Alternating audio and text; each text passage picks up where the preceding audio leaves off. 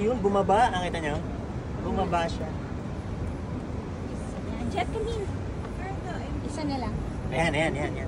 Sobrang attention. Sigma. Ayan. So, sakay tayo para makakita at ma-experience din sa di ba? Ayan, grabe. Woo!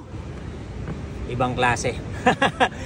First in the Philippines, 'di ba? Itong sasakyan ng Cybertruck. Ayan. So, tingnan natin dito sa loob. Ayan. Oh, 'di ba? Wow.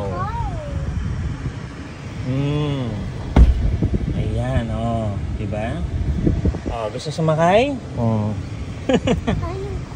Oo, yung key, this is the key by the way. Ito yung susi, hindi na siya ordinary susi. Ito talaga yung pinaka-key niya. Kanina nag-videoan ko to, diba? Ang ganda ng inside talaga naman. Gusto mo din ito? Right. So ito yung kanilang pinaka navigation. So, actually hindi ko alam kung paano galawin. So, videoan lang natin. May aircon dyan. Okay. Ay, gusto mo. Ang ganda ba ng car? Nice na. Ano tawag dito ulit? Anong tong car? Cybertruck. Wow. Tesla Cybertruck. Wow. Ito ate yung ano? Hazard. Hazard Ayun, yan. hazard. So, dyan din yung park, drive. Saan ate? So, Paano? yung pang driving niya nandito. Bin, saan daw yun? Ay, pakita mo. Kuya, Diba? may binasan yung mga ano. Nakita may ilaw. Yung? I don't want this. Ay, ito yung mga ano, keys niya. Yan mo. Ay, nakapindot. Grabe, ang galing mo Kuya Melvin. Ikaw lang nag-explore niyan?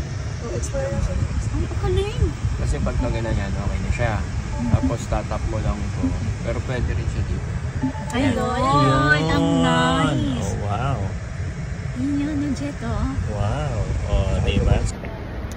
Grabe, nandito lang tayo ngayon mga mentors. No? So, sa unang Tesla Cybertruck na yan, kaya picture-picture tayo.